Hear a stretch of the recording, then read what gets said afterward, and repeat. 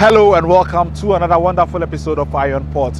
This program is proudly brought to you by Serene Insurance, Gold PLC, the Ghana Revenue Authority, Ghana Link, Meridian Port Services, and Phoenix Insurance. Our proud media partner is the Business and Financial Times. Now, this week we are turning our attention to the fisheries sector, and we are looking at the role of the fishing vessel owner in ensuring an improved living and working conditions on Ghanaian registered fishing vessels. We had in the studio some two officials, one from the Ghana Maritime Authority and the other from the International Labour Organization, to delve into this particular subject. Let's take a listen. So tell us briefly about your collaboration with the Ghana Maritime Authority. Good. So the government of Ghana is doing great work in achieving the Sustainable Development Goals. There are setbacks. Recently, we heard the UN chief say that about 12% of the goals have been achieved in Ghana. There's a long way to go. But Goal 8 and Target 8.7 is looking at elimination of forced labor in all sectors. But our collaboration with the GMA is to look at their space, marine. Right. Okay, so look at the space of fishing. Okay, what can we do to improve work in that area? And if you know the ILO, you know that we stand for social justice through decent work. Right. In other words, we want to make sure that enterprises, areas of work, every kind of job, formal or informal, is decent. And when we talk about decent, it's not just an English word. It's a technical term which means that there must be good jobs. People are earning enough to take care of themselves and meet their family needs. They are not spending more than they are earning from their jobs. Then there's social protection, where there are economic emergencies like we have in many countries now because of inflation and other issues about COVID I've mentioned. I mean, the cost of living is increasing. Inflation is a big issue. So social protection for those who would have difficulties, safety nets. If people lose their jobs, where can they go to? If there are people who are now becoming casual workers because of unsafe employment. So social protection is another part of decent work. Then social dialogue, creating a platform so that employers and employees can dialogue and negotiate how to improve productivity and the well-being of workers. This is not a privilege. It is something that is a fundamental right of workers, and therefore employers should be also engaged in it. And social dialogue makes productivity to increase, so it's good for employers to. Then the fourth leg of decent work, if you like, we call it the fundamental principles and rights at work. And this means that things that are deficits to decent work, like let's say forced labor, human trafficking, issues of poor occupational safety and health, this must be eliminated. But key to this is the right for workers to freedom of association and right to collective bargaining. It's an important part of fundamental principle. All right, let me come to Mr. Audu and find out from you what you're doing to ensure a sanitized system where people working on board fishing vessels live and work in the best of conditions. Okay, so there is this convention that we are currently ratifying. We've initiated the ratification process, the C188 Work in Fishing Convention. So what the GMA has done is to implement the provisions of the Work in Fishing Convention prior to its ratification and implementation. Yes. So the issues that he mentioned, the overarching objective is to improve living and working conditions on board Ghanaian fishing vessels. Here, emphasis on industrial vessels.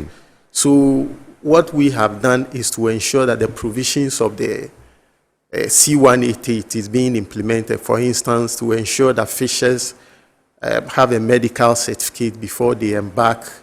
Fishers undergo some basic safety training. The water served on board is potable. The food served on board is wholesome. Their sleeping place is also habitable. So generally speaking, the vessel is the sleep area, is the work, is the place of work, and at the same time, is the home of the fisher. So what the authority is ensuring is that just as when you close and go home, you have a place of rest. Yes, so the fisher's place of rest should also be habitable. And then your workplace too should also be decent enough. In other words, the conditions on board the vessels should not be less favorable to you to not be less favorable to the fisher than is favorable to you. So whatever you are benefiting as an ashore worker should also be benefited by the fisher. That is the objective as far as improvement of living and working conditions of fishers are concerned. Yeah.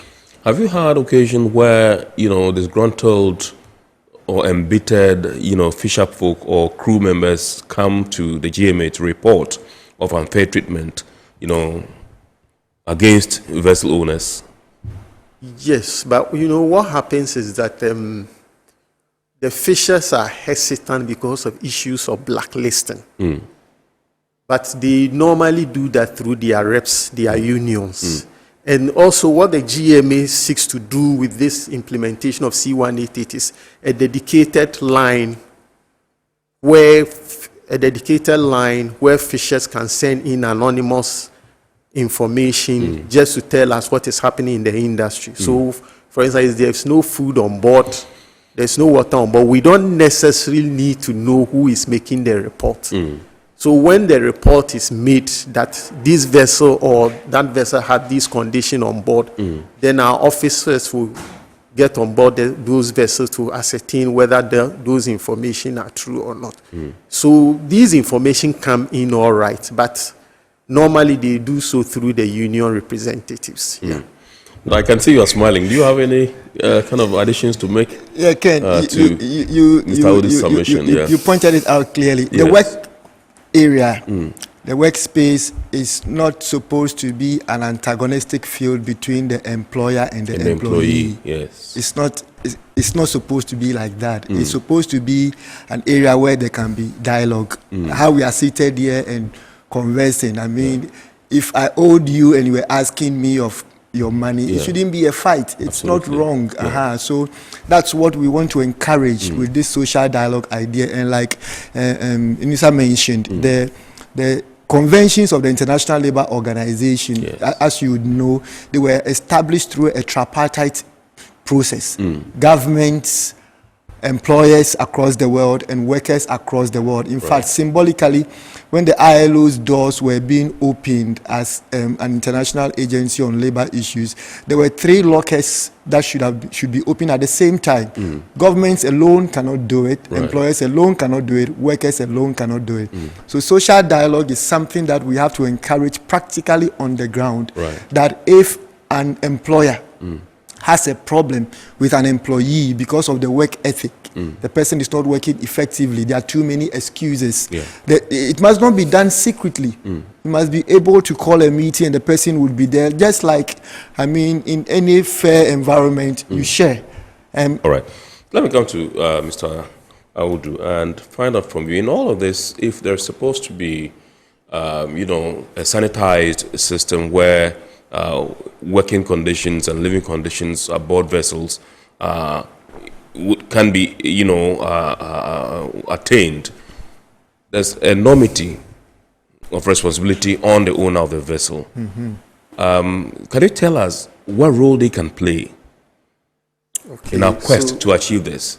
As a fishing vessel owner, if we say a vessel is seaworthy, it goes beyond only the hull and the machinery. It also includes the living and working conditions on board. So as a fishing vessel owner, you are supposed to ensure that the fishing vessel has the necessary equipment and facility to ensure that the living and working conditions on board are as required per the convention. So that is what the authority does. And then the authority has a checklist. A checklist that every fishing vessel owner should have. If you go through the checklist and you meet all the requirements on the checklist, it means that you have met all the requirements. Those are one of the recommendations that were made by the tripartite. And as part of it also, the authority will go ahead and issue a maritime labor compliant certificate. And there are 2 aspects of this convention. There's one that we didn't mention. Even though our emphasis is on the C188, there's also the CTA, the Cape Town Agreement. Okay, so the Cape Town Agreement, that is what that's put emphasis on the hull and machinery. So as we are, you cannot take care of the living and working condition without the hull and the machinery. For instance, the sleep area will have to be taken care of, and normally the Cape Town Agreement does, complemented by the C188. So in sum, that is what we do. We make sure, first of all, implementing the provisions of the recommendations of the tripartite committee, and then based on that, all the recommendations that are made, whatever is required on board to make the vessel seaworthy, which includes the living and working conditions, the fishing vessel owner is supposed to ensure that all these requirements are met before a vessel sets sail. Okay, so I just want to find out from you, before we proceed, whether there are sanctions that are meted out to intransigent fishing vessel owners. There is nothing more than having your license revoked. So, like I mentioned, what the committee seeks to do is, you know what, without a maritime labor license, you will not be granted clearance by the Fisheries Commission. So that's what we are going to propose. There are a number of recommendations. What we are doing is a gradual implementation of these recommendations, because we cannot do all at a goal. We also have to take into consideration these are costly. You have to consider these are things that were supposed to be done earlier on that we have delayed in doing. So in our attempt to do that, we also have to consider the plight of the fishing vessel owner. That is why we brought everybody to the table. That they will have to implement this, but on a gradual process. But the most important ones have to be done. For instance, about the health of the fisher. No fisher currently goes to sea without a medical certificate. No, the sleeping area has to be, every fisher should have a mattress. You don't have two people or fishers sleeping on cardboards. And the safety aspect of the fishers, safety training aspect of fishers. Currently, we have an agreement with the Regional Maritime University. All we are doing is awaiting they have requested for some items, and I'm certain by the end of this month we should get them those items. Once these items are in place, then there is nothing that prevents the commencement of the safety training and security training for fishers. So all these, in sum, are supposed to help in the process of ensuring better living and working conditions for fishers. Okay, I'll come back to you, but let me come to Mr. Mensah and find out from you. I know the ILO have standards, for practice in the fishing sector. Can you walk us through some of these standards that you've set? Yeah, thank you. So the standards of the International Labour Organization are put together by the whole organization, made up of the tripartite I explained, and they are manifested through our conventions. So for the fishing sector, we have the Work in Fishing Convention that spells out the international labor standards in that sector. And there are some provisions in there. For example, it is standardized that the recruitment and placement processes should be done in such a way that the worker who is being recruited doesn't suffer. So nobody has to pay any recruitment fee before the person is recruited to work. That means that measures must be put in place to ensure that if somebody needs a job and is being taken to a job, he doesn't have to pay in some money before he does that. That's an important standard. And that's reflective in the other standard that mentions issues about there must be a personal agreement, contracts, okay? It must be signed. It must be read by the worker, if you like, 1 or 2 days before he even signs and comes up. And I've mentioned to you that many of our fishers that we have, it's not just in Ghana, in other parts of the world. In terms of their academic levels, it's not like somebody who has done a PhD, for example. And so sometimes they are taken advantage of, and we think that this is something that we should look at. It's standardized across the world. There must be a fisher's work agreement which the fisher has read and understood and appended the signature. And then the provisions in the agreement must be met. Okay. We have your comments next. Miriam from Takrade says, I'm curious, does Ghana's fishery sector have a minimum wage regime in place? If yes, can our honorable guest from the ILO expatiate on that? Well, Miriam, Mr. Mensah says he's not too sure if there is a minimum wage regime in the fishery sector, except the general minimum wage for the country. However, he says in certain regimes, there are minimum wages for the fishing sector. Akwete from Tema says, very good discussion there. May I know which roles ILO and GMA are playing to improve the number of high-end officers we have on board fishing vessels? From what I remember, we do not have enough captains and engineers to man our vessels. That is a labor issue, I believe. Well, Akwete, Mr. Awudu says it is required under the cabotage law that fishing vessel owners ensure that 50% of all officers in operational positions are Ghanaians, so they can take over after some time. Iron Port returns after this break. Ohima, no be me taking number first. But you tell me say take the number give me. Guys, now I'm tired. I'll go on a date with whoever gets here first. Princess, really? Okay, I dey come. Shut up! Mame, feel me talking number what? Boss, fill my tank with Super XP Raw 95. Fill up with Super XP Raw 95 and Diesel XP high performance products from Goyle.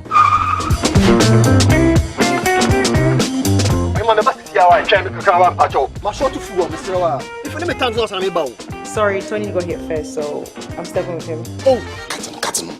hey, go for na buajungwa mami. Choose Super XP Raw 95 and Diesel XP for an energizing driving experience. Always go for Goyle Super XP Raw 95. Goyle, good energy. Electricity, then pay your taxes. Yeah, our taxes, our future.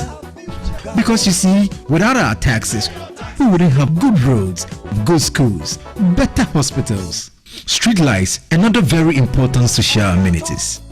When we pay our taxes, we give our children free and quality education.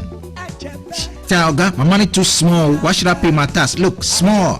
Salifo, it doesn't matter how small or big your business or income is, you still have to pay your taxes.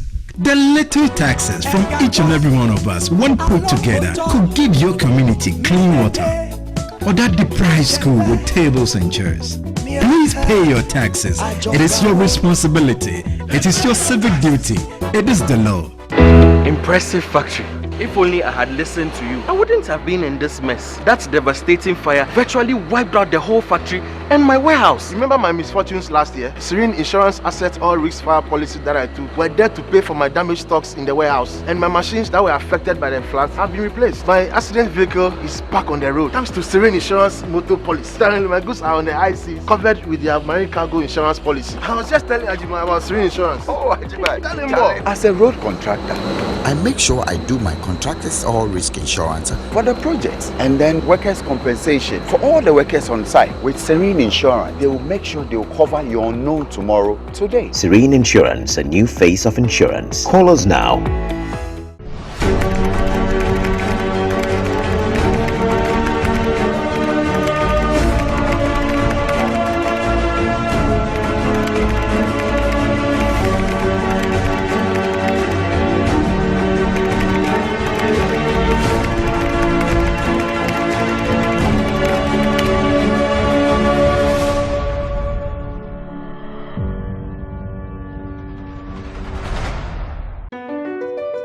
MPS Terminal 3 is Africa's new state-of-the-art container terminal at Tema Port.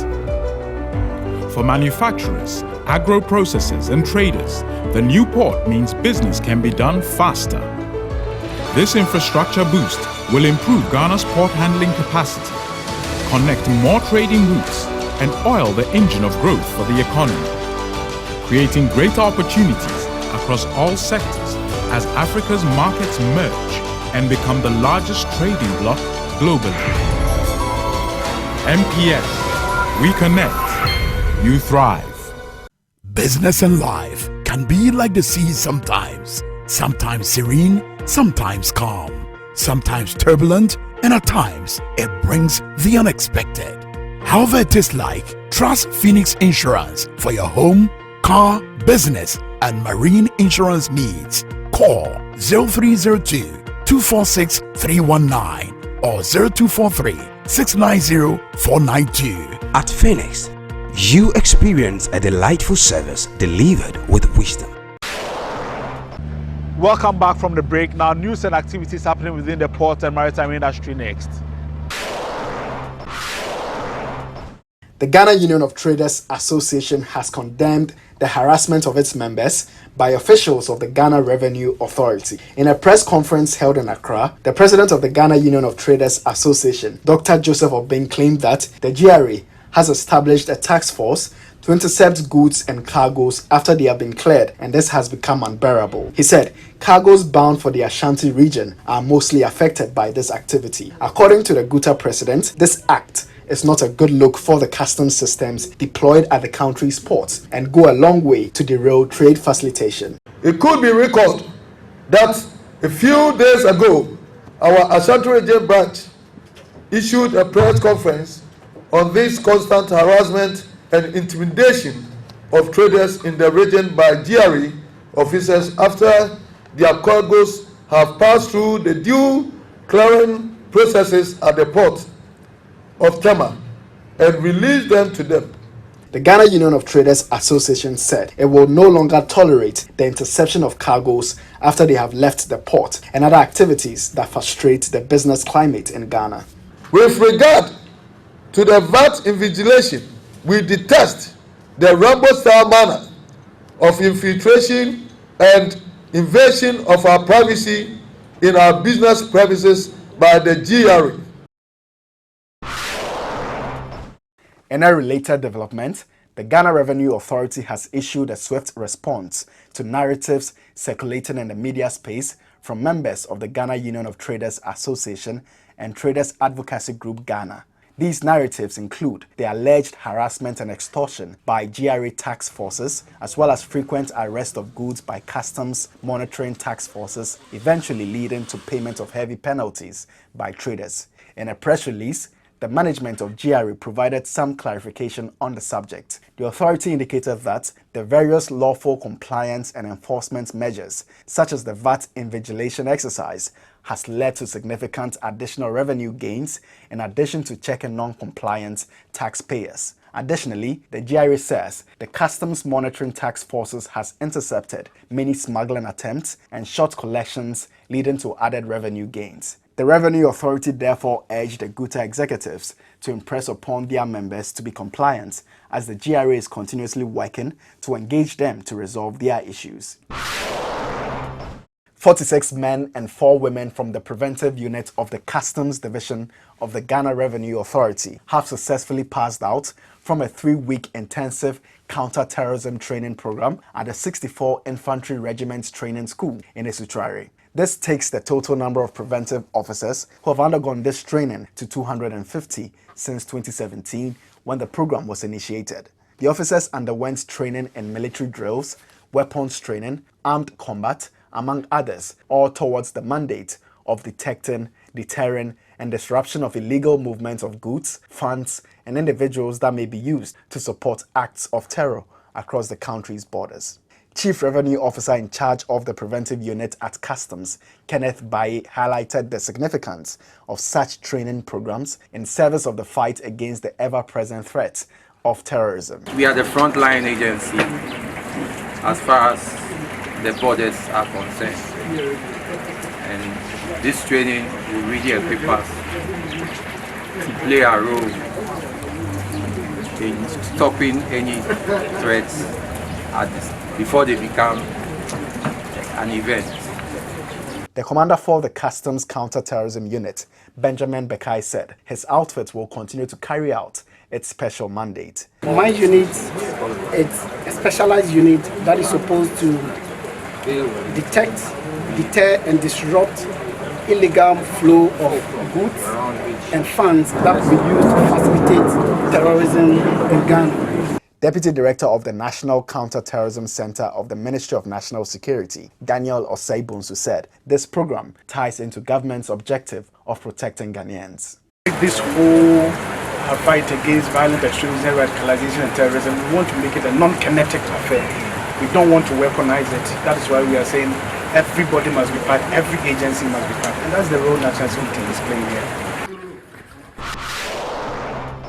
The Ghana Maritime Authority, in collaboration with the International Labour Organization, has held a sensitization forum for fishing vessel owners and agents in a bid to improve the living and working conditions on board Ghanaian registered fishing vessels. The aim of the forum is also to raise awareness and educate fishing vessel owners and their associated stakeholders about the pressing need to enhance the living and working conditions of fishers on board Ghanaian registered fishing vessels. The Director Maritime Services Division of the Ghana Maritime Authority, Kwabna Boache Bwampong, highlighted some key initiatives and developments the GMA has undertaken to enhance the living and working conditions on Ghanaian fishing vessels. We have trained 10 instructors from the Regional Maritime University and the Ghana Maritime Authority.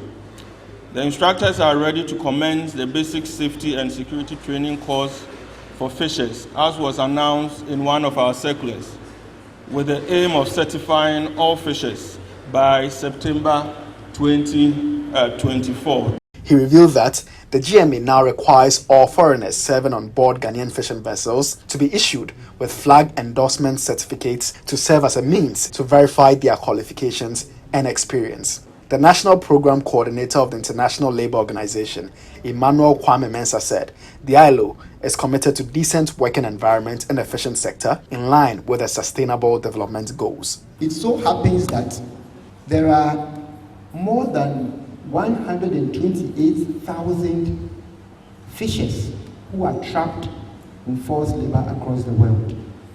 That means that the industry we are dealing with, fishing, is not exempt from the practice of forced labor, modern slavery, and human trafficking.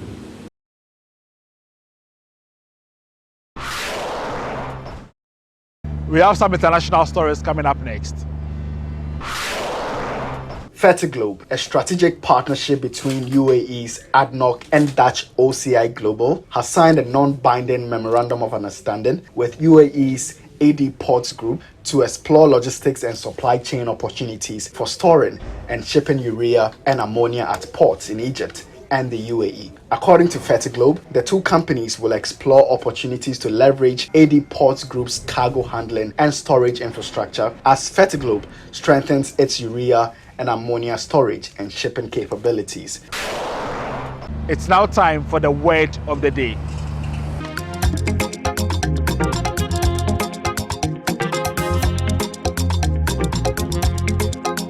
Ballast tanks are compartments at the bottom of a ship that are filled with liquids for stability and to make the ship seaworthy.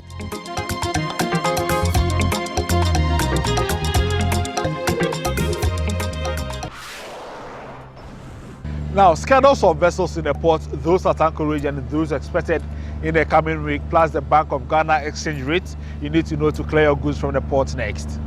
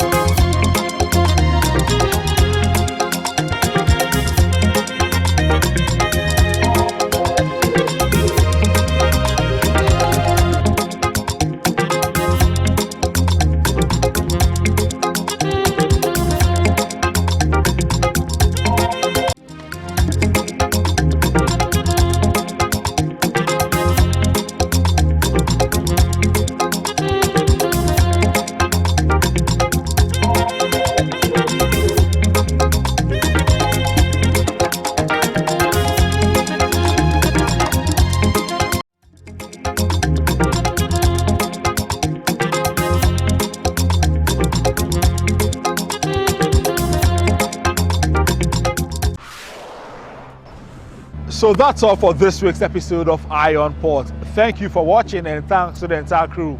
Join us same time next week, and also don't forget to subscribe to our social media handles.